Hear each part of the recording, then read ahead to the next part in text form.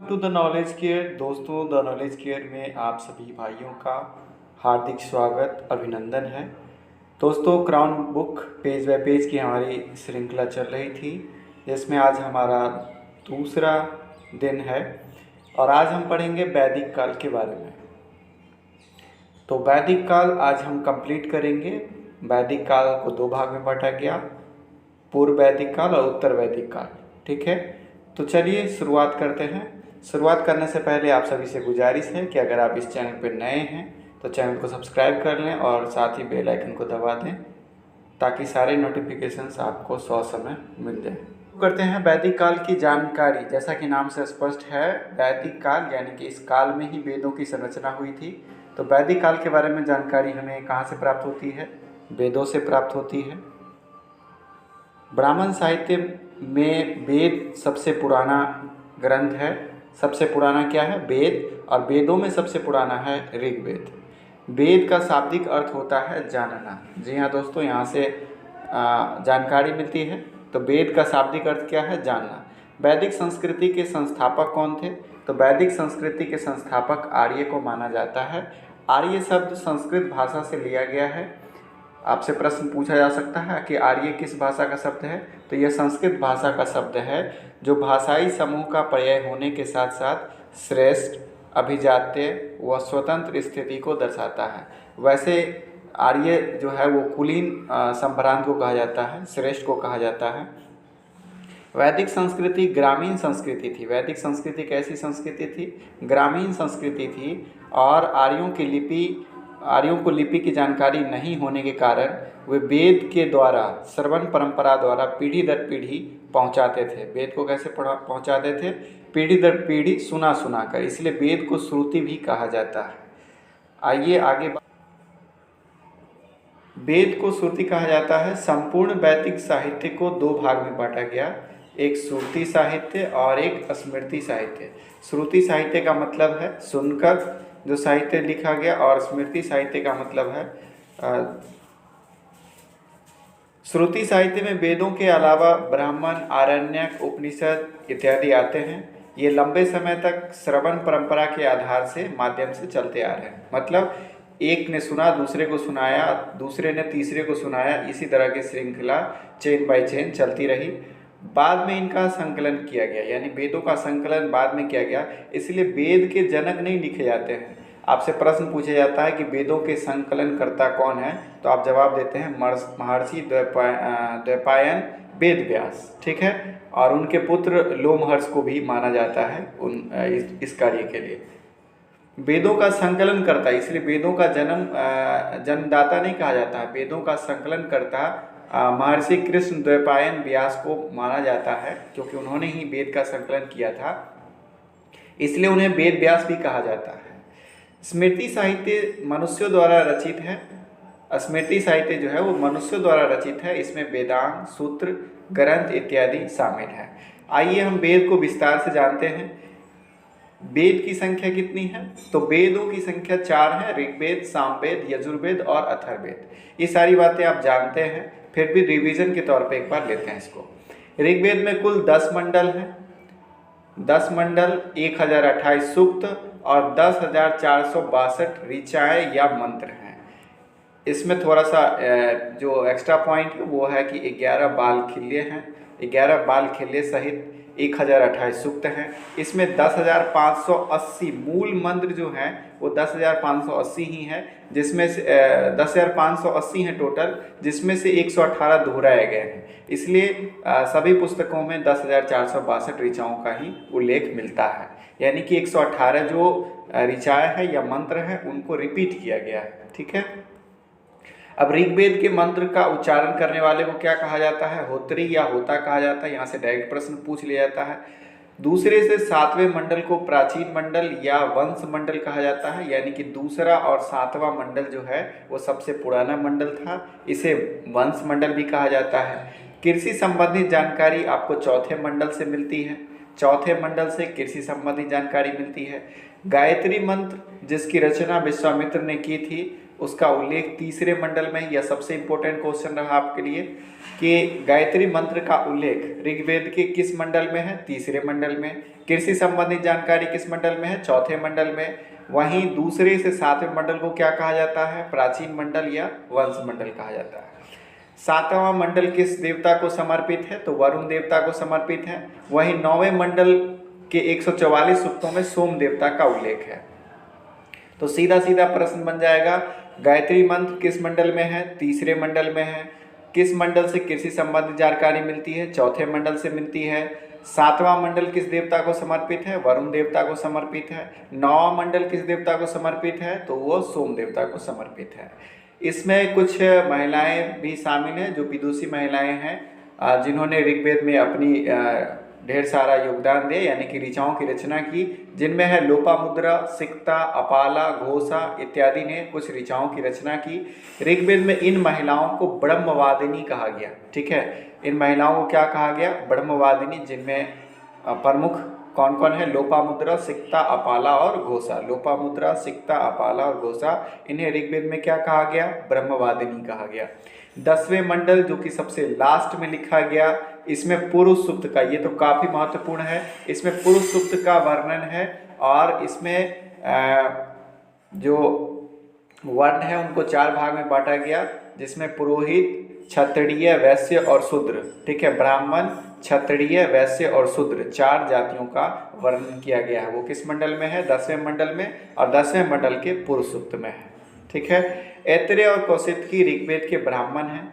ऐतरेय और कौशिकी, इसको आगे भी हम बॉक्स के माध्यम से देखेंगे। अब ऋग्वेद के उपवेद क्या हैं? तो ऋग्वेद के उपवेद है आयुर्वेद, सामवेद के उपवेद है गंधर्ववेद, यजुर्वेद के उपवेद है धनुर्वेद और अथर्ववेद के उपवेद हैं शिल्पवेद। ये प्रश्न मिलान करने के प्रश्न बनते हैं यहाँ से।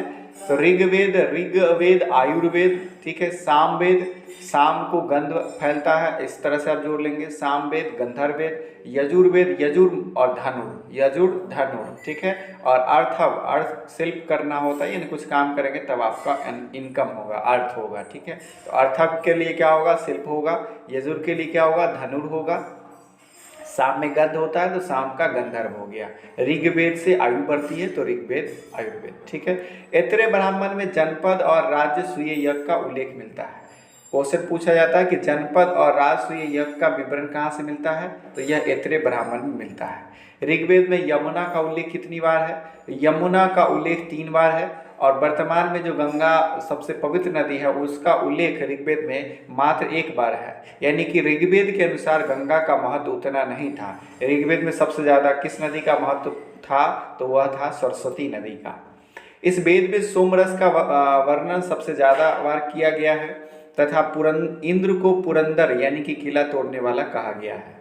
सोमरस का वर्णन सबसे ज़्यादा बार है, इंद्र को पुरंदर यानी कि किला तोड़ने वाला कहा गया है।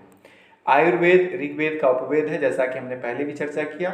आप इसे ऐसे इंटरलिंक करेंगे कि ऋग्वेद पढ़ने से आयु बढ़ती है, यानी कि ऋग्वेद आयुर्वेद। ठीक है, यजुर्वेद धनुर्वेद, सामवेद का गंधर्ववेद, और अर्थ करने के लिए हमको क्या करना होगा? शिल्प करना होगा, यानी कुछ बनाना होगा, अथर्ववेद, शिल्पवेद। ठीक है, ऋग्वेद में पुरुष देवताओं की प्रधानता है। इंद्र का वर्णन सबसे ज़्यादा बार किया गया है, लगभग 250 बार किया गया है। इंद्र के बाद अग्नि का विवरण है जो कि 200 बार किया गया है। वेदों की कई शाखाएं हैं। साकल शाखा ऋग्वेद से जुड़ी एकमात्र जीवित शाखा है। ये बहुत डीपली पॉइंट हो गया कि साकल शाखा जो है वो ऋग्वेद का एकमात्र जीवित शाखा है। ठीक है, अब हम बात करेंगे सामवेद की। तो सामवेद गाए जाने वाली ऋचाओं का संकलन है, इसलिए सामवेद को भारतीय संगीत का जनक भी कहा जाता है। इनके पुरोहित को उद्गाता कहा जाता है। वहीं ऋग्वेद के ऋचा को जो पढ़ते थे उनको क्या कहा जाता था? तो उन्हें होत्री कहा जाता था। सामवेद से ही सर्वप्रथम 7 स्वरों की जानकारी मिलती है, इसलिए भारतीय संगीत का जनक किसे कहा जाता है? सामवेद को। सामवेद गाई जाने वाली ऋचाओं का संकलन है, जिनके पुरोहित को उद्गाता कहा जाता है। ऋग्वेद के पुरोहित को क्या कहा जाता है? होत्री कहा जाता है। ठीक है, शाम के समय गंध फैलता है, इससे हमने लिंक किया। सामवेद का उपवेद क्या है? गंधर्ववेद है। सामवेद में कुल मंत्रों की संख्या कितनी है? तो 1549 मंत्र हैं। इनमें से 75 मंत्र के अलावा शेष ऋग्वेद से लिए गए हैं। 75 मंत्र इसके अपने मूल हैं, बाकी इन्होंने एडॉप्ट किया है ऋग्वेद से। ठीक है। पंचविश या तांड्य सामवेद के ब्राह्मण ग्रंथ हैं। पंचविश या तांड्य सामवेद के ब्राह्मण ग्रंथ है। कौथुम रामायणीय तथा जैमिनीय अथवा तलवकार सामवेद की शाखाएं। ये पॉइंट हमें ध्यान नहीं रखना, ये बहुत ज़्यादा डीप पॉइंट हो गया। अब हम बात करेंगे यजुर्वेद की। यजुर्वेद में किन बातों का उल्लेख है? तो यजुर्वेद में अनुष्ठानों, कर्मकांडों तथा यज्ञ संबंधी मंत्रों का संकलन है। ठीक है। यज्ञ के विधि विधान जो हैं वो ऋग्वेद में मिलते हैं, जबकि उसके करने की विधि यानी अनुष्ठान, कर्मकांड, यज्ञ संबंधी मंत्र, इसका उल्लेख यजुर्वेद में मिलता है। यजुर्वेद के पढ़ने वाले को यानी इनके पुरोहित को ऊर्ध्वयु कहा जाता है और यह गद्य और पद दोनों में रचित है। यह प्रश्न पूछा गया है कई बार कि गद्य और पद दोनों वाला वेद कौन सा है? यजुर्वेद है। संगीत, भारतीय संगीत का जनक कौन से वेद को कहा जाता है? तो वह सामवेद को कहा जाता है। अब यह गद्य पद दोनों में रचित है, तो इसके दो भाग हैं, एक है कृष्ण यजुर्वेद और एक है शुक्ल यजुर्वेद। तो जो हमारा कृष्ण यजुर्वेद है वह गद्य भाषा में यानी कि यह जो है कहानी के रूप में है। कृष्ण यजुर्वेद गद्य रूप में है, वहीं शुक्ल यजुर्वेद पद्य के रूप में है। ऐसे आप लिंक करके जोड़ सकते हैं कि महाभारत में श्री कृष्ण अर्जुन को कहानियाँ सुनाते हैं। ठीक है। तो कृष्ण यजुर्वेद जो है वो कहानी के रूप में है यानी कि गद्य के रूप में है, और शुक्ल यजुर्वेद पद्य के रूप में है यानी कविता के रूप में है। कृष्ण यजुर्वेद का ब्राह्मण ग्रंथ तैत्तिरीय ब्राह्मण और शुक्ल यजुर्वेद का ब्राह्मण ग्रंथ सत्यपथ ब्राह्मण है। तो यहाँ से भी प्रश्न पूछा जाता है कि सत्यपथ ब्राह्मण का संबंध किस वेद से है? तो वह यजुर्वेद से है। यजुर्वेद का ब्राह्मण ग्रंथ है सत्यपथ ब्राह्मण। वहीं ऐतरेय और कौशितकी जो है वो आपका किसका था? ऋग्वेद का ब्राह्मण था। ठीक है, ब्राह्मण ग्रंथ था। यजुर्वेद का उपवेद क्या है? धनुर्वेद है। यजुर धनुर, बस 2 बार रिपीट करेंगे याद हो जाएगा। यजुर्वेद का उपवेद क्या है? धनुर्वेद है। चलिए अब आगे बढ़ते हैं। अब आगे देखते हैं सत्यपथ ब्राह्मण में कृषि का उल्लेख मिलता है। सत्यपथ ब्राह्मण में कृषि एवं सिंचाई का उल्लेख मिलता है आपको।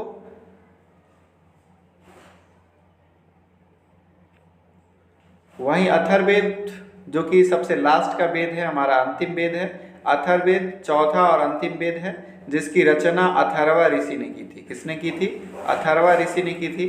अथर्ववेद के मंत्र में रोग, नाशक, जादू टोना, विवाह गीत, ये सब का विवरण अथर्ववेद में मिलता है। अथर्ववेद का उपवेद क्या है? तो इसका उपवेद जो है वो शिल्प वेद है। यहाँ पर गलत मिस्टेक है। अथर्ववेद का उपवेद क्या है? शिल्प वेद है। ठीक है। अथर्ववेद का कोई आरण्य ग्रंथ नहीं है। अथर्ववेद का कोई आरण्य ग्रंथ नहीं है। अथर्ववेद में ही गोत्र शब्द का उल्लेख मिलता है। अक्सर पूजा कराते समय पंडित जी गोत्र का उल्लेख करते हैं, तो अथर्ववेद में ही गोत्र शब्द का उल्लेख है जो पहली बार मिलता है। अथर्ववेद के पुरोहित को ब्रह्मा या ब्रह्म कहा जाता है। इसी वेद में सभा और समिति को प्रजापति की 2 पुत्रियां कहा गया है। सभा और समिति को क्या कहा गया है? प्रजापति की 2 पुत्रियां कहा गया है। चांदी और गन्ने का सबसे पहले उल्लेख अथर्ववेद में ही मिलता है। अथर्ववेद की शाखाएं शौनक और पेपलाद हैं। अथर्ववेद की 2 शाखाएं हैं, शौनक और पेपलाद। ठीक है, आगे बढ़ते हैं, एक बार रिवाइज करते हैं। इसको पढ़ने वाले को क्या कहते हैं? ऋग्वेद पढ़ने वाले को क्या कहते हैं? बिना देखे रिवाइज करेंगे। ऋग्वेद पढ़ने वाले को कहेंगे होत्री। क्या कहेंगे? ऋग्वेद पढ़ने वाले को होत्री कहेंगे। सामवेद पढ़ने वाले को क्या कहेंगे? उद्गाता कहेंगे। जो सामवेद पढ़ते हैं उनको उद्गाता कहेंगे। यजुर्वेद पढ़ने वाले को क्या कहेंगे? अर्धवयु कहेंगे। क्या कहेंगे? अर्धवयु कहेंगे। और अथर्ववेद पढ़ने वाले को ब्रह्म कहेंगे। क्या कहेंगे? ब्रह्म कहेंगे। ठीक है, तो याद हो गया होगा। ऋग्वेद पढ़ने वाले को होत्री कहेंगे, यजुर्वेद पढ़ने वाले को अर्धवयु कहेंगे, सामवेद पढ़ने वाले को उद्गाता कहेंगे और अथर्ववेद पढ़ने वाले को ब्रह्म कहेंगे। अथर्ववेद में ही गोत्र शब्द का उल्लेख मिलता है। अब ऋग्वेद यहाँ से एक बार फिर रिपीट हो गया। ऋग्वेद पढ़ने वाले को क्या कहेंगे? होत्री। सामवेद पढ़ने वाले को क्या कहेंगे? उद्गाता। यजुर्वेद पढ़ने वाले को क्या कहेंगे? अर्धवयु। और अथर्ववेद पढ़ने वाले को ब्रह्म कहेंगे। इसका उपवेद भी हम याद करेंगे।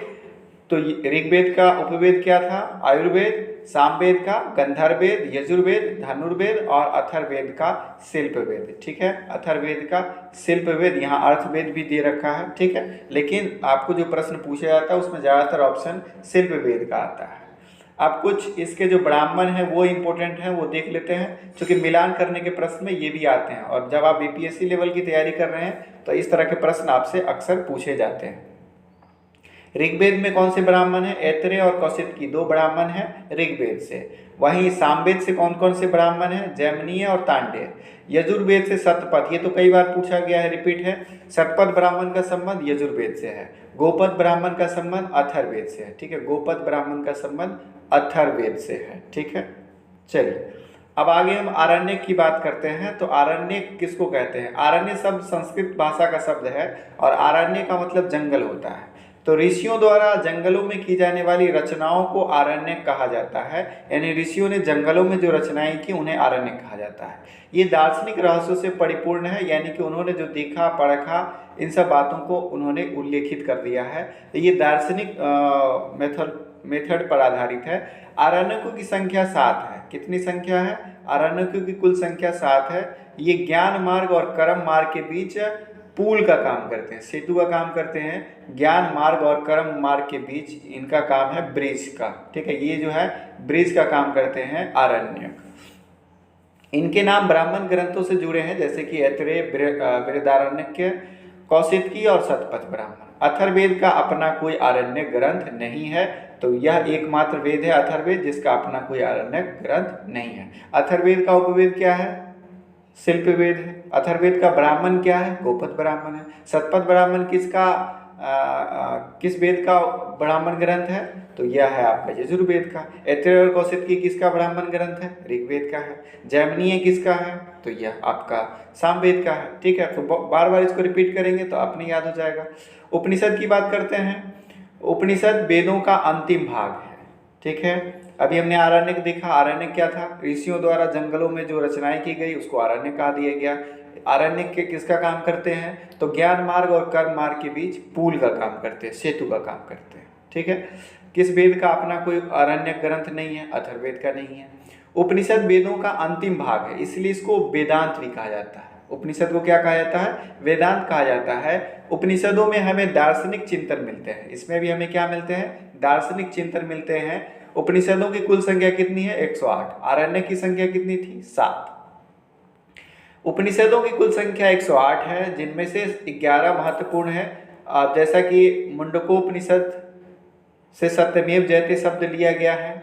ईशोपनिषद गीता का निष्काम कर्म का पहला विवरण इससे मिलता है। गीता का निष्काम कर्म का विवरण कहाँ मिलेगा? ईशोपनिषद से।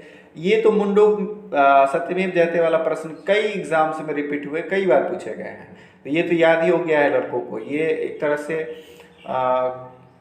पीढ़ी दर पीढ़ी चलने वाला प्रश्न हो गया कि सत्यमेव जयते शब्द कहाँ से लिया गया है? मुंडकोपनिषद से लिया गया है। किस वेद से संबंधित है? वो ऋग्वेद से संबंधित है। ठीक है, नचिकेता और यम का संवाद किस में है? कठोपनिषद का। आपको याद होगा, बचपन की किताब आती, हिंदी किताब में थी यह, नचिकेता और यम का संवाद, जिसमें नचिकेता जो है यमराज का पीछा करते करते और उनके पीछे चल पड़ता है पता लगाने के लिए। बृहदारण्यक उपनिषद में अहम ब्रह्मास्मि, यानी कि मैं ही ब्रह्म हूँ, इसका उल्लेख किस उपनिषद में है? बृहदारण्यक उपनिषद में। रिवाइज करेंगे। सत्यमेव जयते का उल्लेख मुंडकोपनिषद में। गीता का निष्काम कर्म का उल्लेख ईशोपनिषद में। कठोपनिषद में किसका विवरण है? यचिकेता और नम का संवाद है। वहीं अहम ब्रह्मस्मि का लिखा गया, यानी कि मैं ही ब्रह्म हूँ, इसका उल्लेख किसमें है? तो बृहदारण्यक उपनिषद में मिलता है। ठीक है, चलिए आगे बात करते हैं। बृहदारण्यक उपनिषद में ही पुनर्जन्म का सिद्धांत मिलता है। इसके अलावा याज्ञवल्क्य और गार्गी संवाद, ये इंपॉर्टेंट हो जाता है यहाँ पर कि याज्ञवल्क्य और गार्गी का संवाद किसमें मिलता है? बृहदारण्यक उपनिषद में मिलता है। श्वेताश्वर उपनिषद में सबसे पहले भक्ति शब्द का उल्लेख मिलता है। तो सबसे पहले भक्ति शब्द का उल्लेख कहाँ मिलता है? श्वेताश्वर शब्द में। ठीक है, श्वेताश्वर तर उपनिषद में मिलता है। अब हम समझेंगे वेदांत के बारे में। वेदांग वैदिक मूल ग्रंथ का अर्थ समझने के लिए वेदांग अर्थात वेद के अंगभूत शास्त्रों की रचना की गई। यानी कि वैदिक वेद का जो मूल ग्रंथ है, एक तरह से उसका ये डिक्शनरी हो गया। ठीक है, कि उसका जो मूल ग्रंथ है वो अगर समझ में नहीं आ रही है तो उसके लिए वेदांग की रचना की गई। वेदांग कुल 6 हैं। वेदांग कितने हैं? 6 हैं। आरण्यक हैं 7, उपनिषद हैं 108, ऋग्वेद हैं वेद हैं 4 और उपवेद भी 4 ही हैं। हर एक वेद का अपना एक एक उपवेद है। वेदांग 6 कौन कौन से हैं? तो वो हैं शिक्षा, कल्प, व्याकरण, निरुक्त, छंद और ज्योतिष। शिक्षा, कल्प, व्याकरण, निरुक्त, छंद और ज्योतिष। शिक्षा उच्चारण विधि, कल्प से कर्मकांड, व्याकरण व्याकरण हो गया डिक्शनरी, निरुक्त से भाषा विज्ञान, छंद और ज्योतिष। ठीक है, ज्योतिष तो आप जानते हैं एस्ट्रोनॉमिकल। ठीक है, जो ग्रह देखकर बताते हैं क्या चलने वाला है, क्या होने वाला है। स्मृति ग्रंथ की बात करते हैं तो स्मृति ग्रंथ के अंतर्गत स्मृति, धर्मशास्त्र एवं पुराण आते हैं। ये हिंदू धर्म के कानूनी ग्रंथ भी कहे जाते हैं, जिसमें मनुस्मृति बहुत ही प्रचलित है। यह सबसे पुराना स्मृति ग्रंथ है और हिंदुओं का यह कानूनी ग्रंथ भी कहा जाता है। मेघातिथि, गोविंदराज भरूची, कल्लुक भट्ट मनुस्मृति पर टीका लिखने वाले महान विद्वान हैं। इन सब के बारे में उतना चर्चा नहीं करना। याज्ञवल्क्य स्मृति यानी याज्ञवल्क्य और गार्गी का संवाद किसमें था? वृहदारण्यक उपनिषद में था। रिवाइज भी करते चलेंगे। गीता का निष्काम कर्म किसमें था? तो यह था आपका ईशोपनिषद में था। यचिकेता और यम का संवाद किसमें था? तो वह कठोपनिषद में था। महाभारत यह व्यास की कृति है, यानी कि महाभारत किसने लिखा? महर्षि व्यास जी ने लिखा, जिसमें कुल 18 पर्व हैं, यानी कि 18 चैप्टर हैं। इसमें पर्व का मतलब ये नहीं कि त्यौहार है, 18 चैप्टर हैं। प्रारंभ में इसमें केवल 8800 श्लोक थे। इसका नाम जय संहिता था। यह प्रश्न भी कई बार पूछा गया है कि महाभारत का मूल नाम क्या था? तो मूल नाम इसका जय संहिता था। अब जैसे ही इसका श्लोक 8800 से बढ़कर 24,000 हो गया, इसका नाम पड़ गया भारत। क्या नाम पड़ गया? भारत। और जब भारत 24,000 से 1,00,000 हो गया, तब इसका नाम पड़ गया महाभारत, यानी सप्त सहस्री। ठीक है, सप्त सहस्री। जब इसका श्लोक जो है 1,00,000 हो गया, तब इसे महाभारत कहा जाने लगा। यानी कि महाभारत का मूल नाम क्या था? जय संहिता। जब 8800 श्लोक था, जब 24,000 श्लोक हो गया, तब इसका नाम हो गया भारत। और जब इसका श्लोक 1,00,000 हो गया बढ़कर, तब इसका नाम क्या हो गया? महाभारत। ठीक है। रामायण की रचना किसने की? रामायण की रचना वाल्मीकि जी ने की। और इसमें मूल रूप से 6,000 श्लोक थे, जो बढ़कर 12,000 श्लोक हो गए और लास्ट में 24,000 श्लोक हो गए। यानी कि रामायण में मूल में 6,000 श्लोक थे, वो फिर डबल हुआ, फिर डबल हो गया। ठीक है, 2 बार डबल हुआ, यानी 24,000 है। पुराणों की संख्या कितनी है? पुराणों की संख्या है 18। वहीं उपनिषदों की संख्या कितनी है? तो 108 है, जिनमें 11 महत्वपूर्ण है। अब पुराणों की संख्या 18 है। इसका संकलन गुप्त काल में हुआ। पुराणों का संकलन किस काल में हुआ? गुप्त काल में हुआ। इनमें ऐतिहासिक वंशावलियों का विवरण मिलता है। जैसे आप देखेंगे तो मत्स्य पुराण जो है, इसमें आपको सातवाहनों का विवरण मिलता है। उसके अलावा वायु पुराण में जो है वो आपको गुप्त वंश का विवरण मिलता है। तो यह वंशावलियों का विवरण इस पुराण से मिलता है। विष्णु के 10 अवतार का जो विवरण है वो मत्स्य पुराण से मिलता है। और सबसे पुराना, यहाँ से प्रश्न पूछा जाता है कि सबसे प्राचीन पुराण कौन सा है? तो वह है मत्स्य पुराण। किस पुराण में विष्णु के 10 अवतार का उल्लेख मिलता है? मत्स्य पुराण में मिलता है। सूत्र की बात करें तो 4 प्रमुख सूत्र इस प्रकार हैं, जैसे गृह सूत्र, स्रोत सूत्र, धर्म सूत्र और शुल्ब सूत्र। गृह सूत्र क्या है? तो इसमें जात कर्म, नामकरण, उपनयन, जिसको मुंडन वगैरह कहते हैं, उपनयन जनेऊ को कहते हैं, विवाह, श्राद्ध, घरेलू या पारिवारिक अनुष्ठानों का विधि विधान किया जाता है। यानी कि जात कर्म, नामकरण, उपनयन, विवाह, श्राद्ध, ये सब किसके अंतर्गत आएंगे? गृह सूत्र के अंतर्गत। स्रोत सूत्र के अंतर्गत इसमें राजा के द्वारा सार्वजनिक यज्ञों के विधि विधान दिए गए हैं। ठीक है, अनुष्ठेय सार्वजनिक यज्ञों के विधि विधान किसमें है? स्रोत सूत्र में है। धर्म सूत्र में क्या है? धर्म संबंधी विभिन्न क्रियाओं का वर्णन मिलता है। ठीक है। शुल्ब सूत्र में इनमें यज्ञ वेदी के निर्माण के लिए विविध प्रकार के मापों का विधान है, जिसमें ज्यामिति और गणित का अध्ययन यहीं से आरंभ होता है। तो बहुत पुरानी गणित का जो अध्ययन है वो भारतीयों ने सबसे पहले स्टार्ट किया था। ये अलग बात है कि यूरोपियों ने या अन्य विदेशियों ने इसको हड़प लिया, ठीक है। तो हम लोग जब यज्ञ वेदी बनाते थे उसी समय ज्यामिति का प्रयोग करते थे, किस तरह से ग्रिड बनाएंगे, ठीक है। वेद के बारे में कुछ विशिष्ट तथ्य दिए हुए हैं, इसका हम उल्लेख करते हैं। वैदिक पद को ऋचा, गद को युजुस। जैसे पद और गद वाला वेद कौन सा था हमारा? यजुर्वेद था, जिसमें गद क्या था तो वह कृष्ण यजुर्वेद जो था वो गद वाला था, जहीं शुक्ल यजुर्वेद जो था वो पद वाला था। हमने आपको लिंक भी करके बताया है कि महाभारत में कृष्ण ने कहानियाँ सुनाई, तो कृष्ण यजुर्वेद गद वाला है यानी कहानी वाला है। यहाँ पर दे रखा है कि पद को ऋचा कहा जाता है, वहीं गद को यजूस कहा जाता है, और जो गाने योग्य है गे पद को साम कहा जाता है। और आप जानते हैं कि साम वेद जो है वो पूरा संगीतमय है, यानी उसको गाया जा सकता है। व्याकरणाचार्य पाणिनि के अनुसार ऋग्वेद की 21 शाखाएं हैं। ऋग्वेद की कितनी शाखाएं हैं? टोटल 21 शाखाएं हैं। ये अष्टाध्यायी के रचनाकार हैं पाणिनि, उनके द्वारा बताया गया है कि ऋग्वेद की 21 शाखाएं हैं। ऐत्रेय ब्राह्मण में राजा को विषमता कहा गया है। विषमता का मतलब है कर लेने वाला स्वामी, यानी टैक्स लेने वाला।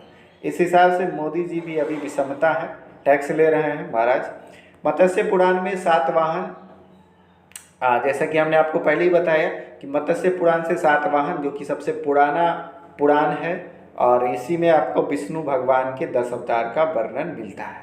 विष्णु पुराण में आपको मिल जाता है मौर्य वंश का, वायु पुराण में गुप्त वंश का। देखिए हवा जो है वो गुप्त चलती है, यानी कि हवा जो है चुपचाप चली आती है, इसलिए इसको लिंक करेंगे वायु पुराण गुप्त वंश से, ठीक है। विष्णु पुराण मौर्य वंश से, ठीक है, विष्णु मौर्य वंश से रिलेटेड थे, ठीक है, ऐसे लिंक कर लेंगे, किसी तरह हमें याद करना है। मत्स्य पुराण सातवाहन जो थे वो समुद्री किनारे वाले थे, इसलिए मछली ज़्यादा पकड़ते थे, इसलिए मत्स्य पुराण जोड़ लेंगे उससे। वेद त्रयी किसको कहा जाता है? तो वेद त्रयी यानी कि ट्रायो जिसको कहते हैं, ठीक है, ट्रायो, जिसमें तीन प्रमुख लोग शामिल होते हैं उसको ट्रायो कहा जाता है, ठीक है। तो इसमें जो है ऋग्वेद, सामवेद और यजुर्वेद, चूँकि अथर्ववेद जो है वो सबसे लास्ट में आया था इसलिए इसको शामिल नहीं किया गया है, और उसमें जादू टोना बाबू सोना, ठीक है, यानी विवाह, इन सब का विवरण है। वेद त्रयी में कौन कौन शामिल है? तो ऋग्वेद, सामवेद और यजुर्वेद। अथर्ववेद को बाहर कर दिया गया वेद त्रयी से, 3 ही लोग आएंगे इसमें ना। प्रस्थान त्रयी की बात करें, इसमें ब्रह्मसूत्र, भगवत गीता और उपनिषद ये शामिल है। ऋग्वेदिक काल, अब देखिए हमने कहा था कि वैदिक काल को 2 भाग में बांटा गया, एक पूर्व वैदिक काल और दूसरा जो है आपका उत्तर वैदिक काल, ठीक है। वैदिक काल को 2 भाग में बांटा गया, तो पहला जो है वो ऋग वैदिक काल या पूर्व वैदिक काल कहिए, यह 1500 से 1000 ईसा पूर्व है। वहीं उत्तर वैदिक काल जो है वो 1000 ईसा पूर्व से 600 ईसा पूर्व तक का काल माना जाता है। अब इसमें आर्यों का आगमन हुआ। आर्य संस्कृत भाषा का शब्द है जिसका अर्थ क्या है? कुलीन, श्रेष्ठ, ठीक है। आर्यों के आगमन के विषय में विद्वान का एक मत नहीं है, सबका अलग अलग मत है, जिसमें मैक्स मूलर का जो मत है वो सबसे सर्वमान्य है। सर्वमान्य है उनका क्या मत है भाई? तो आर्यों का मूल स्थान मध्य एशिया था, यह मानना था मैक्स मूलर का, और यही जो है सबसे ज़्यादा सटीक मत माना जाता है कि मैक्स मूलर ने कहा कि आर्य कहाँ से आए? मध्य एशिया से आए। इसकी पुष्टि जीव विज्ञानियों ने भी किया है, और उन्होंने M17 नामक आनुवांशिक यानी कि जेनेटिक कोड के माध्यम से मध्य एशिया के 40% से अधिक लोगों में यह पाया कि जो कि दिल्ली के 35% से अधिक हिंदी भाषी लोगों में वही जेनेटिक कोड मिला है जो आर्य का था, ठीक है।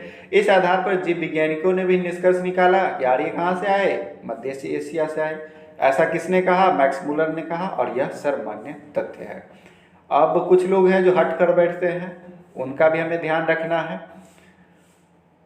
तो उसमें है संपूर्णानंद जी, उन्होंने कहा कि सप्त संधव प्रदेश से आए थे, मतलब 7 सिंधु प्रदेश से आए थे ये लोग। पेन का और हर्ट का मानना है कि जर्मनी से आए थे। हमारे दयानंद सरस्वती जी का भी मत है, इसको भी ध्यान रखेंगे। उन्होंने कहा कि नहीं नहीं नहीं, ये मध्य एशिया से नहीं, ये तिब्बत से आए थे। मैक्स मूलर ने कहा कि ये मध्य एशिया से आए। मैक्स मूलर और रीड का मानना था मध्य एशिया से आए। बाल गंगाधर तिलक जी भी कूद पड़े, उन्होंने कहा कि नहीं, उत्तरी ध्रुव से आए थे, ठीक है। गंगानाथ झा ने कहा कि ब्रह्म ऋषि देश से आए थे। तो हमारी जो 3-4 भारतीय इतिहासकार हैं वो भी कूद पड़े हैं, जिनमें दयानंद सरस्वती जी कहते हैं इनका कहना है कि वह तिब्बत से आए थे। बाल गंगाधर तिलक जी का मानना है कि उत्तरी ध्रुव से आए थे। और ज़्यादा सटीक कौन सा है, तो मध्य एशिया वाला है, जो कि मैक्स मुलर और रीड का मत है। चलिए आगे बढ़ते हैं। अब हम विस्तार की बात करें, जैसे हमने सिंधु घाटी सभ्यता का भी विस्तार देखा था। पूरब में हमने आलमगीरपुर, मेरठ हिंद नदी के किनारे उत्तर प्रदेश में देखा था। उत्तर में मांडा जम्मू कश्मीर में चिनाब नदी के किनारे देखा था। दक्षिण में दैमाबाद महाराष्ट्र में परवरा नदी के किनारे। और पश्चिमी जो था वो सुत का गंडोर दास्क नदी के किनारे था। उसी तरह का हम आर्य का भी विस्तार देखेंगे। तो आर्य जो है वो पूरब में यमुना नदी के तट तक, पश्चिम में अफगानिस्तान तक, उत्तर में हिमालय तक और दक्षिण में यमुना नदी के पैरेलल, ठीक है, यमुना नदी के समानांतर, ठीक है। तो ये इनका विस्तार रहा। ऋग्वेद के नदी सूक्त 10वें मंडल में 21 नदियों का वर्णन है। और 10वें मंडल में, ऋग्वेद के 10वें मंडल में पुरुष सूक्त का भी वर्णन है, जिसमें 4 वर्ण बताए गए हैं, ब्राह्मण, क्षत्रिय, वैश्य और शूद्र, जो कि ब्रह्मा जी के मुख से, भुजाओं से, जंघाओं से, पैरों से निकले हैं, ऐसा बताया गया है, ठीक है। ऋग्वेदिक नदियों की चर्चा करते हैं। तो ऋग्वेद में सिंधु नदी पहले कहा जाता था, अभी भी सिंधु नदी ही कहा जाता है। आस्किनी जो अब चिनाब कहलाता है, सतुद्री जो अब सतलज कहलाता है, बिपाशा जो अब ब्यास कहलाता है, वितस्ता जो अब झेलम कहलाता है, सरस्वती या दृष्टिवती जो घग्गर कहलाता है, और परुसनी रावी नदी कहलाती है, ठीक है। इसको दोबारा से रिवाइज करेंगे। चिनाब आस्किनी को कहा जाता है, सतुद्री सतलज को कहा जाता था, बिपाशा ब्यास नदी को कहा जाता था, वितस्ता झेलम नदी को कहा जाता था, घग्गर सरस्वती या दृष्टिवती नदी को कहा जाता था, परुसनी रावी नदी को कहा जाता था। कई बार पूछा गया है कि सिकंदर और पोरस के बीच जो लड़ाई हुई थी, तो उसमें कभी परुसनी नदी दे दिया जाता है, कभी रावी नदी दे दिया जाता है, ठीक है, यहाँ से ध्यान रखेंगे। अफगानिस्तान की नदियों की बात करेंगे तो इसमें 2-4 नदियाँ हैं, जिसमें कुबा है जो काबुल में स्थित है, क्रूमो जो है वो कुर्रम स्थान से निकलती थी, या सुबास्तु स्वात नामक स्थान से, और गोमती गोमल नामक स्थान से, ठीक है। ये प्रमुख नदियां अफगानिस्तान की हो गई। गोमती गोमल, सुबास्तु स्वात, कुबा काबुल, क्रूमो कुर्रम, ठीक है, सब तो नाम से ही रिलेटेड है। सिंधु आर्यों की सबसे प्रमुख नदी है। सबसे ज़्यादा आर्यों के लिए प्रमुख नदी सिंधु नदी है, जिसका उल्लेख सबसे ज़्यादा बार किया गया है। ऑब्वियसली जो सबसे प्रमुख रहेगा उसकी चर्चा ज़्यादा होगा। इसे हिरण्यानी नदी कहा गया है। कौन सी नदी कहा गया? सिंधु नदी को हिरण्यानी नदी भी कहा गया है। ऋग्वेद में उल्लेखित दूसरी नदी सरस्वती है, जिसे नदी तमा अर्थात सर्वश्रेष्ठ नदी कहा जाता है, यानी कि सरस्वती नदी को सबसे पवित्र नदी माना जाता था, इसलिए इसे सर्वश्रेष्ठ नदी या नदी तमा कहा जाता था। ऋग्वेद में सरस्वती की चर्चा से यह लगता है कि अवेस्ता में उल्लेखित दक्षिण अफगानिस्तान में हर ख्वाती, जो कि आधुनिक नाम है हेलमंद नदी, उसी का पुराना नाम मतलब सरस्वती नदी जो है वह दक्षिण अफगानिस्तान में किस नाम से जानी जाती थी? हर ख्वाती, जो अभी हेलमंद नदी के नाम से जानी जाती है। सप्त सिंधु प्रदेश, जैसा कि एक महानुभाव कौन थे जिन्होंने सप्त सिंधु प्रदेश कहा था, आर्य जो है सप्त सिंधु प्रदेश से आए, संपूर्णानंद जी ने कहा था कि सप्त सिंधु प्रदेश से आए थे। इसका क्या मतलब है? तो सप्त सिंधु प्रदेश आर्य सबसे पहले इसी क्षेत्र में आकर बसे थे। इसमें जो है सरस्वती, सिंधु और उसकी 5 सहायक नदियां शामिल हैं, ठीक है। मध्य देश की बात करें तो इसमें हिमाचल और विंध्याचल के बीच का प्रदेश आता है। ब्रह्म ऋषि देश, जो कि गंगा नाथ जी लास्टली जो थे उन्होंने कहा था कि ब्रह्म ऋषि देश से आए थे आर्य। जो वह क्षेत्र है वो गंगा यमुना द्वाब और उसके नज़दीक का क्षेत्र है। गंडक को सदा नीरा कहा जाता था। गंडक में लगता है हमेशा जल रहता होगा, इसलिए गंडक को सदा नीरा कहा जाता था। शतपथ ब्राह्मण में नर्मदा नदी का वर्णन है, और जिसे रेवेतरा नदी कहा जाता है। क्या कहा जाता है? रेवेतरा नदी कहा जाता है। ऋग्वेद में समुद्र का तात्पर्य एक बड़े जलराशि से है, जलराशि के जमाव से है, ना कि आधुनिक सागर से है। अभी हम लोग समुद्र किसे कहते हैं? अभी का जो सागर है, यानी कि जिसमें जल बड़े जलराशि का संचार हो रहा है। लेकिन पहले जो ऋग्वेद में समुद्र का उल्लेख तब उसके लिए किया जाता था जहाँ बहुत सारी जलराशियाँ यानी भारी मात्रा में पानी जो है एक जगह आकर इकट्ठा हो जाए। लेकिन आधुनिक मतलब वो नहीं है, यानी आधुनिक सागर का ये मतलब नहीं है। आधुनिक सागर क्या है? बहाव से बना है। ऋग्वेद में मरुस्थल के लिए धन्व शब्द का प्रयोग किया गया है। मरुस्थल को क्या कहा गया है? धन्व कहा गया है, धन्व। जनजातीय संघर्ष की बात करें, ऋग्वेद एक आर्यों का संघर्ष स्थानीय जनों द्वारा हुआ था। जैसे आप दशरागे युद्ध का नाम सुने हैं, ठीक है, दशरागे युद्ध। ऋग्वेद के अनुसार भरत वंश के राजा और आर्यों के बीच जो लड़ाई हुई थी, ये हुई थी परसनी नदी के किनारे। सिकंदर और पोरस के बीच जो लड़ाई हुई थी वो झेलम नदी के किनारे हुई थी, माफ कीजिएगा। दिव्योदास ने संबर को हराया। यहाँ दास शब्द जो है वो दिव्योदास के नाम पे लगता है। और ऋग्वेद में वर्णित दस्यु जो है इस देश के मूल निवासी थे। दस्यु कौन थे? इस देश के मूल निवासी थे। और आर्यों के जिस राजा ने उन्हें हराया था उसे त्रस दस्यु कहा जाता है। यह राजा दासों के प्रति उदार था लेकिन दस्युओं का शत्रु था, ठीक है। दासों के प्रति तो उदार थे लेकिन दस्यु जो थे उनके प्रति, दस्युओं का ये शत्रु थे। ऋग्वेद में दस्यु हत्या का उल्लेख कई बार किया गया है लेकिन दास हत्या का वर्णन नहीं किया। दोनों में अंतर है। दस्यु हत्या का वर्णन कई बार किया गया है लेकिन दास हत्या यानी गुलामों की हत्या का विवरण ऋग्वेद में नहीं है। परंपरा के अनुसार आर्यों के 5 कबीले थे, यानी कि 5 जन थे, इसलिए इन्हें पंचजन कहा जाता था। भरत और त्रिदस्यु आर्यों के शासक थे। भरत और त्रिदस्यु किसके शासक थे? आर्यों के शासक थे। भरत वंश और 10 राजाओं के बीच परसनी नदी के तट पर कौन सा युद्ध हुआ था? फेमस युद्ध है दशरागे युद्ध। और इस युद्ध का वर्णन जो है वो ऋग्वेद के 7वें मंडल में मिलता है। इस युद्ध में आर्यों के राजा सुदास थे और अनार्यों के राजा भेद थे। तो ये बातें आपको हर एक पुस्तक में नहीं मिलती है कि आर्यों की तरफ से कौन लड़ रहे थे? सुदास लड़ रहे थे। अनार्यों की तरफ से कौन लड़ रहे थे? तो राजा भेद लड़ रहे थे। और यह युद्ध जो है परसनी नदी यानी कि जो अभी वर्तमान में रावी नदी के नाम से जाना जाता है उसी नदी के तट पर लड़ा गया था। पराजित जनों में पुरुजन सबसे महान थे। बाद में भरतों और पुरुओं में संधि हो गई और फलस्वरूप कुरु वंश की स्थापना हो गई। पुरुजन जो हारे थे, हारने में भी वो सबसे महान थे। बाद में भरत और पुरु के बीच दोस्ती हो गई और दोस्ती होने के बाद कुरु वंश की स्थापना हुई। अब आइए ऋग्वैदिक काल का सामाजिक जीवन देखते हैं। तो यहाँ पर सभा और समितियाँ, महिलाएं जो है वो सभा और समिति में भाग ले सकती हैं। अब सभा और समिति से एक बात याद आ रही है कि किस वेद में यह कहा गया कि सभा और समिति जो है वो प्रजापति की 2 पुत्रियां हैं। अथर्ववेद में कहा गया था। वे अपने पति के साथ यज्ञों में आहुति भी दे सकती थी, यानी कि ठीक ठाक कंडीशन था महिलाओं का यहाँ पर। इस काल में स्त्री शिक्षा का महत्व था, बहुत अच्छी बात थी। पर्दा प्रथा का प्रचलन नहीं था, सती प्रथा का प्रचलन नहीं था, यानी कि ऋग्वैदिक काल में महिलाओं की स्थिति बहुत अच्छी थी, बेटर थी। ऋग्वैदिक काल में नियोग प्रथा और विधवा विवाह का प्रचलन भी था, बहुत अच्छा। नियोग प्रथा का भी प्रचलन था और विधवा विवाह का भी प्रचलन था। अमाजु, आजीवन अविवाहित रहने वाली स्त्री को अमाजु कहा जाता था। वह महिला जो आजीवन शादी नहीं करेगी उसे अमाजु कहा जाता था। ऋग्वैदिक काल में वर्ण व्यवस्था कर्म पर आधारित थी। यह भी प्रश्न पूछा गया है कि जाति आधारित थी या कर्म पे आधारित था ऋग्वैदिक काल में। तो ऋग्वैदिक काल में जो वर्ण व्यवस्था था वो कर्म पे आधारित था, यानी जो लकड़ी का काम किया लोहार बढ़ई हो गया, जो लोहे का काम किया लोहार हो गया, ठीक है। इस तरह से बटा हुआ था। इस काल में मुख्यतः 3 प्रकार के वस्त्र हुआ करते थे, वास, अधिवास और नीवी। वास जो था वो मध्य भाग में पहना जाने वाला वस्त्र था।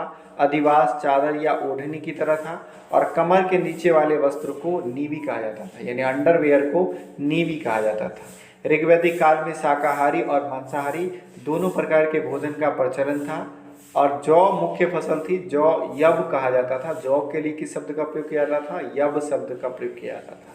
नमक और मछली का उल्लेख इस काल में नहीं मिलता है। हालांकि शाकाहारी और मांसाहारी दोनों थे लेकिन नमक और मछली का उल्लेख नहीं मिलता है। ऋग्वैदिक काल में सामाजिक संगठन का आधार गोत्र या जनमूलक संबंध था। गोत्र की चर्चा किस वेद में है? अथर्ववेद में है। समाज कैसा था? पितृसत्तात्मक था। यही अंतर है सिंधु सभ्यता और वैदिक सभ्यता में। सिंधु सभ्यता मातृसत्तात्मक थी जबकि वैदिक सभ्यता जो है वह पितृसत्तात्मक थी। सबसे छोटी इकाई परिवार कुल था और इसका प्रधान कौन होता था? कुलप होता था। कुल, जन, राष्ट्र, इस तरह से ऑर्डर वाइज चलता था। अब आइए इकोनॉमिकल कंडीशन देखते हैं, आर्थिक जीवन कैसा था। तो ऋग्वैदिक काल एक ग्रामीण सभ्यता थी। कैसी सभ्यता थी? ग्रामीण सभ्यता थी। वहीं सिंधु सभ्यता नगरीय सभ्यता थी, जहां आर्यों की अर्थव्यवस्था का मुख्य आधार क्या था? पशुपालन और कृषि गौण कार्य थी। वहीं सिंधु सभ्यता का मुख्य आधार क्या था? व्यापार था। दोनों में डिफरेंसेस भी देख ले रहे हैं। इस काल में गाय का बहुत ही महत्व था। गाय के लिए लड़ जाते थे लोग, गाय के लिए युद्ध हो जाता था। ऋग्वेद में गाय का उल्लेख 176 बार हुआ है। इसी से अंदाजा लगाया जा सकता है कि गाय का महत्व कितना ज़्यादा था। अनेक शब्दों की उत्पत्ति गाय से हुई है, जैसे गोहना, अतिथि को गोहना कहा जाता था, धनी व्यक्ति को गोमत कहा जाता था, शाम के समय को गोधूली कहा जाता था, न मारी जाने वाली गाय को अघन्य कहा जाता था, और गाय के अन्वेषण के लिए गविष्टि शब्द का प्रयोग किया जाता था। कई बार ये प्रश्न पूछा गया है कि गविष्टि शब्द का अर्थ क्या है? तो गाय का अन्वेषण यानी कि गायों की खोज। ठीक है। गोहना अतिथि को कहा जाता था, धनी व्यक्ति को गोमत, संध्या के समय को गोधूली, और न मारे जाने वाली गाय को अघन्य कहा जाता था। ये 2 पॉइंट आप ध्यान रखेंगे। अघन्य यानी कि जिसकी हत्या नहीं की जाए, और गविष्टि यानी कि गाय का अन्वेषण, गाय की खोज। ऋग्वेद में कृषि की चर्चा केवल 24 श्लोक में है, और ऋग्वेद के किस मंडल में कृषि संबंधी जानकारियां हैं? तो वह है चौथे मंडल में। किस मंडल में है? चौथे मंडल में। इस काल में बढ़ई, रथकार, बुनकर, चर्मकार, कुम्हार आदि शिल्पियों का भी उल्लेख मिलता है। अयस शब्द का प्रयोग तांबे के लिए होता था। ठीक है। देखिए, तांबे को लोहित अयस्क कहा जाता था, जबकि कांसे को लोहे को श्याम अयस्क कहा जाता था। तांबा को लोहित अयस्क कहा जाता था और लोहे को श्याम अयस्क कहा जाता था। अब पॉलिटिकल लाइफ देखते हैं। राजनीतिक जीवन ऋग्वैदिक काल में आर्यों का प्रशासन तंत्र कबीले के प्रधान द्वारा संचालित होता था, जिसने राजा हुआ करते थे।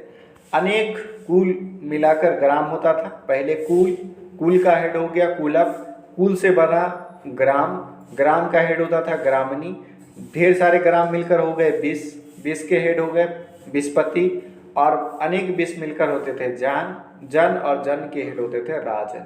यानी कि ऑर्डर क्या हो गया? सबसे पहले कुल, ठीक है, कुल से क्या बनेगा? ग्राम, ग्राम से बनेगा 20, और 20 से बनेगा जन, 20 के बाद बनेगा जन। ठीक है। कुल का हेड कौन होगा? कुलप होगा। ग्राम का हेड कौन होगा? ग्रामनी होगा। ठीक है। 20 का हेड कौन होगा? विस्पति होगा। और जन का हेड होगा राजन, जन का हेड राजन होगा। तो इस तरह से ऑर्डर चलेगा, पहले कुल, फिर ग्राम, फिर 20, फिर जन। लोग कबीले के अंग थे, क्योंकि उन दिनों राज्य क्षेत्र या राज्य स्थापित नहीं था, इसलिए ऋग्वेद में जन शब्द का उल्लेख हुआ है।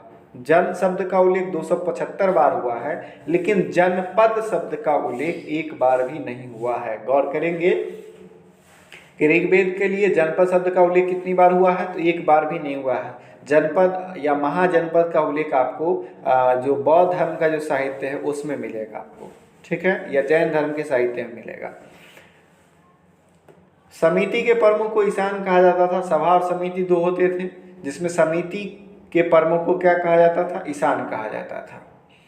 ऋग्वैदिक कबीलों या कुलों के आधार पर कई संगठन थे, जैसे सभा, समिति, विदत, गण, ये संगठन आपस में विचार विमर्श करते थे और सैनिक और धार्मिक कार्य भी देखा करते थे। सभा और समिति इतने इंपॉर्टेंट थे कि राजन इनका समर्थन पाने के लिए बेताब रहते थे। यानी कि सभा और समिति का बहुत ही अहम रोल रहता था। ऋग्वेद में वर्णित बलि राजा को दिए जाने वाला स्वैच्छिक कर था। बलि क्या था? एक ऑटोनोमस टैक्स था, यानी कि स्वैच्छिक, वॉलंटियरली, ठीक है, खुद से अपना मन से देते थे लोग टैक्स, उसे बलि कहा जाता था। दैनिक प्रशासन में राजन की सहायता के लिए पुरोहित सबसे महत्वपूर्ण अधिकारी होता था। इसमें वशिष्ठ और विश्वामित्र 2 महान पुरोहित हुए, जिसमें वशिष्ठ जो थे वो रूढ़िवादी थे, ठीक है, और विश्वामित्र जी जो थे वो उदारवादी थे, लिबरल थे, ठीक है। सेनानी, ग्रामणी, वज्रपति अन्य अधिकारी थे। धार्मिक जीवन की बात करें तो वैदिक ग्रंथ में कुल 33 देवताओं का उल्लेख मिलता है। ऋग्वेद में सबसे अधिक प्रतापी देव इंद्र थे, जिन्हें किला तोड़ने वाला यानी कि पुरंदर कहा जाता था। इंद्र सबसे ज़्यादा महत्व रखते थे। बाद में चलकर उत्तर वैदिक काल में प्रजापति यानी कि ब्रह्म जो है वो उभर कर सामने आए। या इन्हें वृत्रहंता या सोमापा भी कहा जाता था। इंद्र के लिए 250 यानी 250 सूक्त हैं। इन्हें बादल का देवता भी माना गया है जो वर्षा देता है। ऋग्वैदिक देवताओं में दूसरा स्थान अग्नि का है, और अग्नि जो है वो देवताओं और मानवों के बीच मध्यस्थता का काम करते हैं, मीडिएटर का काम करते हैं। इनके लिए 200 सूक्त का वर्णन है। तीसरा स्थान वरुण देवता का है जो जल या समुद्र का देवता माना गया है। उसे प्राकृतिक संतुलन का रक्षक भी कहा गया है। वरुण का उल्लेख 176 बार किया गया है और गाय का भी उल्लेख 176 बार किया गया है। ठीक है।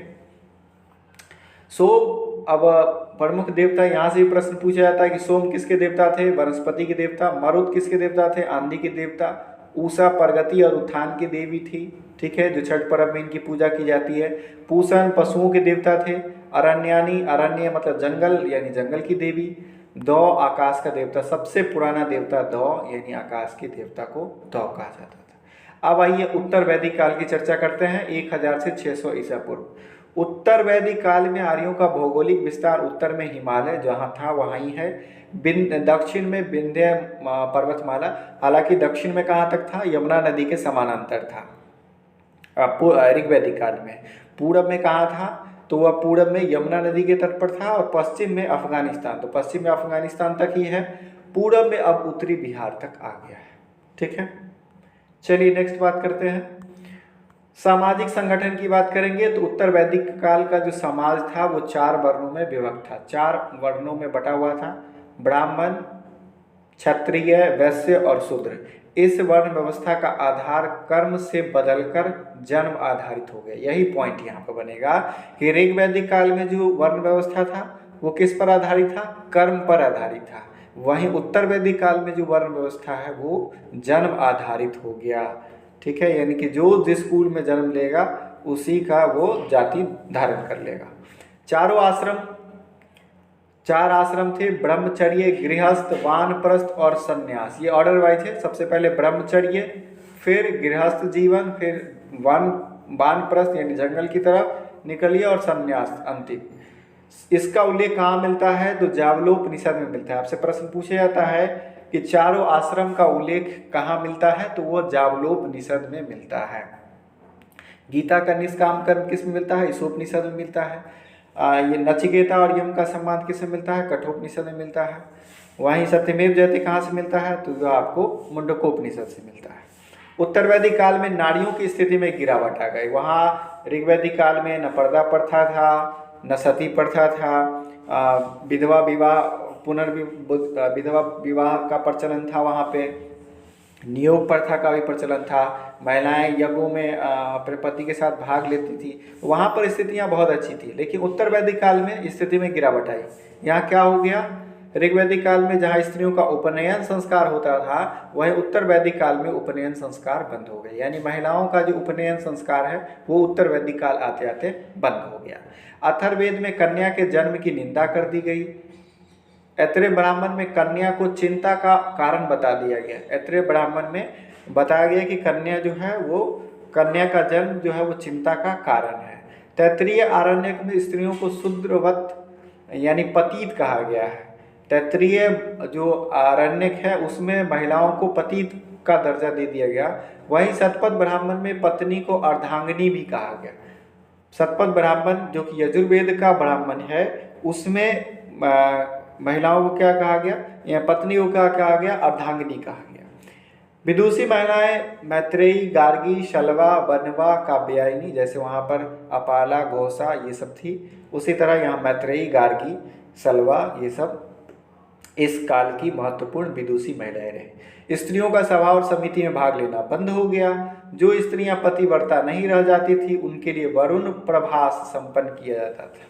ठीक है, आर्थिक जीवन की बात करते हैं। उत्तर वैदिक काल में आर्यों की अर्थव्यवस्था का प्रमुख आधार कृषि था। ठीक है, खेतीबाड़ी था। वहीं पशुपालन पूर्व वैदिक काल या ऋग्वैदिक काल में था। इस काल में कई प्रकार की फसलों का उत्पादन होने लगा, जैसे चावल के लिए व्रीहि शब्द का प्रयोग, उड़द मास, उड़द को मास कहा जाता था, जौ को यव कहा जाता था, गेहूं को गोधूम कहा जाता था। यहाँ से 2 प्रश्न कई बार आए हैं कि चावल के लिए किस शब्द का प्रयोग? व्रीहि किसको कहा जाता था? चावल को। यव किसको कहा जाता था? जौ को। ये 2 जरूर याद रखेंगे। उत्तर वैदिक काल में लोहे की जानकारी हो गई, जिससे खेती आसान हो गई।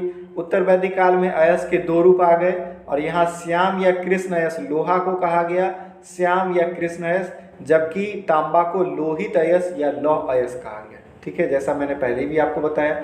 शतपथ ब्राह्मण में हल संबंधी विधान का वर्णन है। उत्तर वैदिक काल के लोग 4 प्रकार के मृदभांड से परिचित थे: काला, लाल, काली पॉलिशदार और चित्रित धूसर और लाल मृदभांड। इनमें चित्रित धूसर मृदभांड पेंटेड ग्रे वेयर उनके सर्वोपरि थे। यानी सबसे ज़्यादा इंपॉर्टेंट कौन सा था उत्तर वैदिक काल में? जो सबसे ज़्यादा इंपॉर्टेंट मृदभांड का था वो चित्रित धूसर यानी पेंटेड ग्रे वेयर था। ठीक है। 1000 ईसा पूर्व लोहा सबसे पहले कर्नाटक के धारवाड़ में मिला। इसी समय पाकिस्तान के गंधार क्षेत्र में भी लोहे का प्रयोग होने लगा। सबसे ज़्यादा लौह औजार जो है वो अंतरजी खेरा से प्राप्त हुआ। कहाँ से प्राप्त हुआ? अंतरजी खेरा से प्राप्त हुआ। खेती और विविध शिल्पों की बदौलत अब उत्तर वैदिक काल के लोग अस्थायी जीवन, अब जैसे ही खेती बाड़ी आएगी जीवन क्या हो जाएगा? अस्थायी हो जाएगा, रुकना पड़ेगा। फसल बोएंगे फिर उसको काटेंगे, तो इसके लिए तो रुकना ही पड़ेगा। राजनीतिक जीवन की बात करें तो उत्तर वैदिक काल में राजकीय प्रभुत्व सामने आया, विदत लगभग समाप्त हो गया था, सभा समिति का भी प्रभाव कम होने लगा। इस काल में कबीले ने जनपद रूप ग्रहण कर लिया। ठीक है, यानी कि रुकने लगे। जैसे भारत और पुरु ने मिलकर कुरु जनपद की स्थापना की। पुरु जो थे वो महान थे, हारने वाले में महान थे, लेकिन पुरु और भरत के बीच मित्रता हुई और मित्रता से कौन सा वंश पनपा? कुरु वंश। तो कुरु जनपद की स्थापना हुई तथा तुर्बस और कृवि ने मिलकर पांचाल जनपद बना लिया। तो इस तरह से जनपद अब उभर कर सामने आने लगा था। विदत खत्म हो गया, सभा समिति का भी प्रभाव खत्म हो गया। उत्तर वैदिक काल में राजाओं को विभिन्न नामों से पुकारा जाने लगा। जैसे उत्तर के शासक को विराट कहा जाता था, दक्षिण के राजा को भोज कहा जाता था, पूर्व में सम्राट कहा जाता था, पश्चिम में स्वराट कहा जाता था और मध्य में राजा कहा जाता था। उत्तर के शासक को विराट, दक्षिण में भोज, पूर्व में सम्राट, पश्चिम में स्वराट और मध्य में राजा कहा जाता था। इसको ऐसे याद कर लेंगे। पूर्व में कहा जाता था सम्राट, पूर्व में सम्राट, पश्चिम में स्वराट, ठीक है, दक्षिण में भोज और उत्तर में कहा जाता था विराट। राजा का पद आनुवांशिक बन गया, जो सामान्यतः उसके ज्येष्ठ पुत्र को, यानी कि अब जो है वो क्या बन गया? राजा का बेटा ही राजा बनेगा और उसमें सबसे जो बड़ा बेटा होगा, ज्येष्ठ पुत्र होगा, वो राजगद्दी संभालेगा। इस काल में संग्रहिता, गोबी कर्तन जैसे अधिकारियों का अस्तित्व सामने आया। राजाओं का प्रभाव उनके यज्ञों द्वारा बढ़ने लगा। अब राजाओं के द्वारा जो विभिन्न प्रकार के यज्ञ कराए जाते थे उनका विवरण है।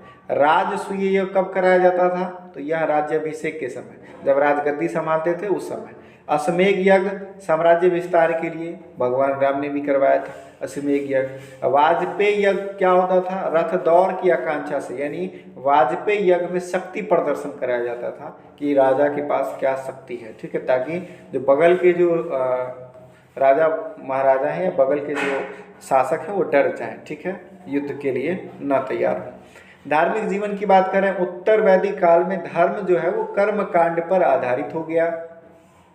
इस काल में महत्वपूर्ण देवता अब आ गए प्रजापति। इंद्र का जगह, इंद्र अब यहाँ से ट्रांसफर हो गए, इंद्र की जगह उभर कर आ गए प्रजापति यानी कि ब्रह्म। इसके अलावा शिव जिनको रुद्र कहा जाता है, नारायण यानी विष्णु, ये इंपॉर्टेंट देवता हो गए। पूषण जो कि ऋग्वैदिक काल में पशु के देवता थे, अब शूद्र के देवता हो गए। इस काल में गृहस्थों के लिए 5 महायज्ञ भी होने लगा। 5 महायज्ञ क्या था? तो ये था ब्रह्म यज्ञ, ऋषियों के प्रति आपको आभार व्यक्त करना है। देव यज्ञ, देवताओं के प्रति। पितृयज्ञ, अपने पितरों के प्रति। भूत यज्ञ, समस्त जीवों के प्रति। अतिथि यज्ञ, अतिथियों के प्रति। तो जो गृहस्थ जीवन बिताते थे उनको 5 महायज्ञ का पालन करना था। ब्रह्मा यानी कि ऋषियों, ब्रह्म यज्ञ ऋषियों के प्रति अपना आभार व्यक्त करना। देव यज्ञ देवताओं के प्रति। पितृयज्ञ पितरों के प्रति। भूत यज्ञ समस्त जीवों के प्रति। अतिथि यज्ञ अतिथियों के प्रति। जापलोपनिषद में 4 आश्रम का उल्लेख है, जिसमें हमने देखा ब्रह्मचर्य हो गया, गृहस्थ हो गया, वानप्रस्थ हो गया और लास्टली आपको संन्यास धारण कर लेना है। उत्तर वैदिक काल में ही षड दर्शन का उल्लेख हुआ, यहाँ से भी कई बार प्रश्न पूछे जाते हैं। सांख्य दर्शन के जनक कौन है? कपिल मुनि है। योग पतंजलि, न्याय करे गौतम महाराज, वैशेषिक उलूक कनाद कहते हैं। पूर्व मीमांसा जैमिनी। वहीं काव्य मीमांसा जो है उसके लेखक कौन है? राजशेखर, वो पुस्तक है, दर्शन नहीं है।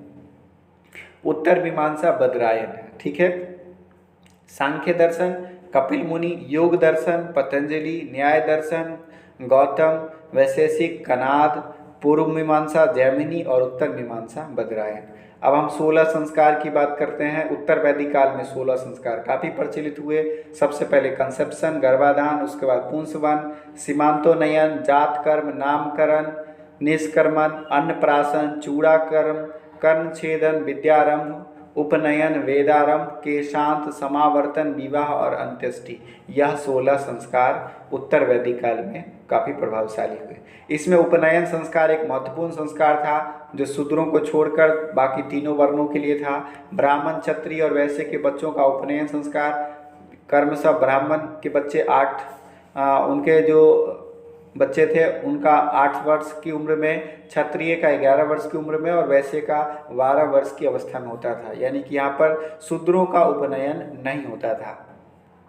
ये बालक इस संस्कार के बाद द्विज कहलाते थे, यानी कि इनका दोबारा से जन्म हुआ ऐसा कहा जाता था। अनुलोम, अब हम लोग विवाह की चर्चा करते हैं तो कई प्रकार के विवाह हैं, जिसमें अनुलोम विवाह, इसमें पुरुष उच्च वर्ण का होता था और महिला निम्न वर्ण की होती थी। ठीक है, यानी डायरेक्टली प्रोपोर्शनल होता था। पुरुष जो है वह उच्च वर्ण का, महिला निम्न वर्ण की, यह अनुलोम विवाह हो गया।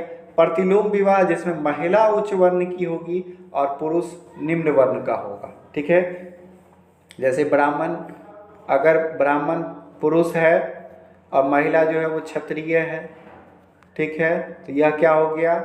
यह हो गया अनुलोम विवाह। यह हो गया अनुलोम विवाह। वही महिला अगर क्षत्रिय है, पुरुष ब्राह्मण है, तो यह हो गया प्रतिलोम विवाह। ठीक है, महिला उच्च वर्ण की, पुरुष निम्न वर्ण का, तो वह प्रतिलोम विवाह हो गया। गृह सूत्रों के अनुसार 8 प्रकार के विवाह हैं। जैसे ब्रह्म विवाह, यह सबसे प्रचलित और उत्तम विवाह था, ब्रह्म विवाह। दैव विवाह, यज्ञ करने वाले ब्राह्मण से पुत्री का विवाह कर दिया जाता था तो उसको दैव विवाह कहा जाता था, यानी पंडित जी के साथ ही पुत्री का विवाह हो गया, दैव विवाह हो गया। आर्य विवाह, कन्या का पिता वर से गाय लेकर कन्या का विवाह कर देता था, इसको आर्य विवाह कहा जाता था। यानी कि बेटी के पिताजी क्या करते थे? वर से गाय ले लेते थे, बेटी के बदले गाय लेकर उसका विवाह करते थे, उसका कन्या विवाह कहलाता था। प्रजापत्य विवाह, इसमें कन्या का पिता वर को वचन देता था, ठीक है, ये वचन तुमको देखना है, इसकी रक्षा करना है।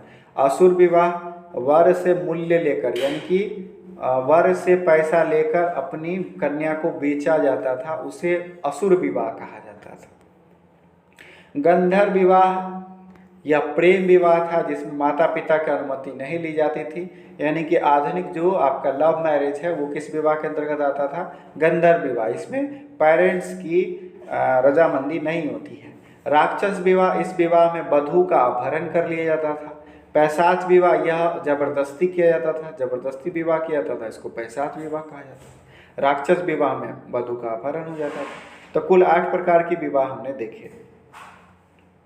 ऋग्वेद में उल्लिखित शब्दों की संख्याएं, पिता शब्द का 335 बार उल्लेख हुआ है, इंद्र शब्द का 250 बार उल्लेख हुआ, अग्नि 200 बार, गाय के लिए 176 बार, सोम देवता के लिए भी 176 बार के करीब हुआ है, विष के लिए 170 बार, सोम देवता के लिए 144 बार ही हुआ है, विष्णु देवता के लिए 100 बार, वरुण देवता के लिए 30 बार, सभा के लिए 8 बार, समिति के लिए 9 बार, रुद्र के लिए 3 बार, यमुना के लिए 3 बार, गंगा के लिए मात्र 1 बार, सिंधु के लिए सर्वाधिक बार, ठीक है, कृषि के लिए 33 बार और जन के लिए 275 बार। जनपद के लिए 1 बार भी नहीं किया गया है, जनपद का वर्णन नहीं है। प्रमुख रत्नी की बात करते हैं तो इसमें सेनापति को सेनानी कहा जाता था, गांव के मुखिया को ग्रामणी कहा जाता था, कोषाध्यक्ष को संग्रहिता कहा जाता था, जो टैक्स कलेक्टर होते थे, अभी जो ITO होते हैं, इनकम टैक्स ऑफिसर, उनको भाग दूध कहा जाता था, रथ सेना के नायक को सूत कहा जाता था और गाय के जो अध्यक्ष या वनपाल होते थे उनको गोभी कर्तन कहा जाता था। अच्छा बाप आय व्यय की जो गणना करते थे उनको अच्छा बाप कहा जाता था। पालागल किसको कहा जाता था? विदूषक का जो पूर्वज होता था उनको पालागल कहा जाता था। रानी को महिषी कहा जाता था। बढ़ई को तक्षण कहा जाता था। इसमें सबसे इंपॉर्टेंट है कोषाध्यक्ष, ठीक है, जो संग्रहिता, कोषाध्यक्ष को संग्रहिता कहा जाता था। वहीं कर संग्राहक को भागदूत कहा जाता था। रानी को महिषिनी कहा जाता था। लांगल शब्दावली किसके लिए था? लांगल हल को कहा जाता था। ब्रिक बैल को कहा जाता था। उर्वरा जुते हुए खेत को उर्वरा कहा जाता था। और सीता हल से बनी नालियों को सीता कहा जाता था। यानी जब हल जुता आता है तो एक तरह का नाली बन जाता है, उसे सीता कहा जाता है। अवट कुआं को अवट कहा जाता था। पर्जन्य बादल को कहा जाता था। अनस बैलगाड़ी को और ब्रिक बैल को। किनास हलवाहा को कहा जाता था। वैदिक साहित्य सर्वप्रथम और सर्वप्राचीन, इस कुछ महत्वपूर्ण फैक्ट्स हैं। 2 जैन तीर्थंकर हैं, अरिस्टिनेमी और ऋषभदेव, ठीक है। उनका उल्लेख ऋग्वेद में मिलता है। ऋग्वेद में 2 जैन तीर्थंकर का उल्लेख मिलता है, अरिस्टिनेमी का और ऋषभदेव का। अस्तोमा सदगम्य का उल्लेख ऋग्वेद में मिलता है। सबसे प्राचीन ब्राह्मण ग्रंथ कृष्ण यजुर्वेद का ब्राह्मण है। यह किस वेद का है? यजुर्वेद का। और यह कैसा है? तो यह गद्य वाला है, ठीक है। सबसे प्राचीन उपनिषद कौन सा है? छांदोग्य और बृहदारण्यक है। सबसे प्राचीन पुराण कौन सा है? मत्स्य पुराण है। प्रथम 3 आश्रम बाल, गृहस्थ और वानप्रस्थ एवं श्री कृष्ण का उल्लेख कहाँ मिलता है? छांदोग्य उपनिषद में। वहीं जाबलोपनिषद में आपको 4 आश्रम का विवरण मिलता है, देखिए आ ही गया। पुनर्जन्म का सबसे पहले उल्लेख कहाँ मिलता है? शतपथ ब्राह्मण में। शतपथ ब्राह्मण किसका ब्राह्मण है? यजुर्वेद का ब्राह्मण है। गीता से पहले निष्काम कर्म योग का वर्णन कहाँ मिलता है? ईशोपनिषद में। गीता निष्काम कर्म का उल्लेख। भरत कबीले का सबसे पहले उल्लेख कहाँ मिलता है? ऋग्वेद में मिलता है। ऋग्वैदिक काल सर्वप्रथम देवता कौन थे? इंद्र थे। उत्तर वैदिक काल में कौन आ गए प्रमुख देवता? प्रजापति यानी कि ब्रह्मा। राजसूय यज्ञ का सबसे पहले उल्लेख कहाँ मिलता है? ऐत्रेय ब्राह्मण में। ऐत्रेय ब्राह्मण का संबंध किस वेद से है? ऋग्वेद से है। ऋग्वैदिक काल में सबसे प्रमुख सर्वाधिक प्रयुक्त होने वाली धातु क्या है? तो तांबा है। तांबा को अयस्क कहा जाता है। यही उत्तर वैदिक काल में तांबा को लोहित अयस्क और लोहा को श्याम अयस्क कहा जाता था। ऋग्वैदिक काल की सर्वाधिक स्तुत्य नदी कौन सी थी? सिंधु नदी थी। ऋग्वेद की सबसे पवित्र नदी कौन सी थी? सरस्वती नदी थी। चारों वर्ण का सबसे पहले उल्लेख कहाँ मिलता है? ऐत्रेय ब्राह्मण में मिलता है। वहीं पुरुष सूक्त अगर 10वें मंडल में चले जाएं तो वहाँ पर पुरुष सूक्त का उल्लेख है, 4 वर्णों का उल्लेख है। याज्ञवल्क्य और गार्गी का संवाद कहाँ मिलता है? बृहदारण्यक उपनिषद में मिलता है। वैश्य शब्द का सबसे पहले प्रयोग कहाँ मिलता है? वाजसनेयी संहिता में मिलता है।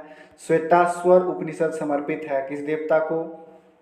रुद्र देवता यानी कि रुद्र यानी कि शिव को। शिव को कौन सा उपनिषद समर्पित है? श्वेताश्वर। कृषि संबंधी प्रक्रिया का उल्लेख ऋग्वेद के किस मंडल में है? तो वह 4थे मंडल में है। तो ये रहा आपका पूरा वैदिक काल जिसको हमने आज देखा। और आपको ये वीडियो कैसा लगा आप हमें कमेंट करके ज़रूर बताएं। और अगर आप चैनल पर नए हैं तो चैनल को सब्सक्राइब कर लें, लाइक ज़रूर करें। धन्यवाद।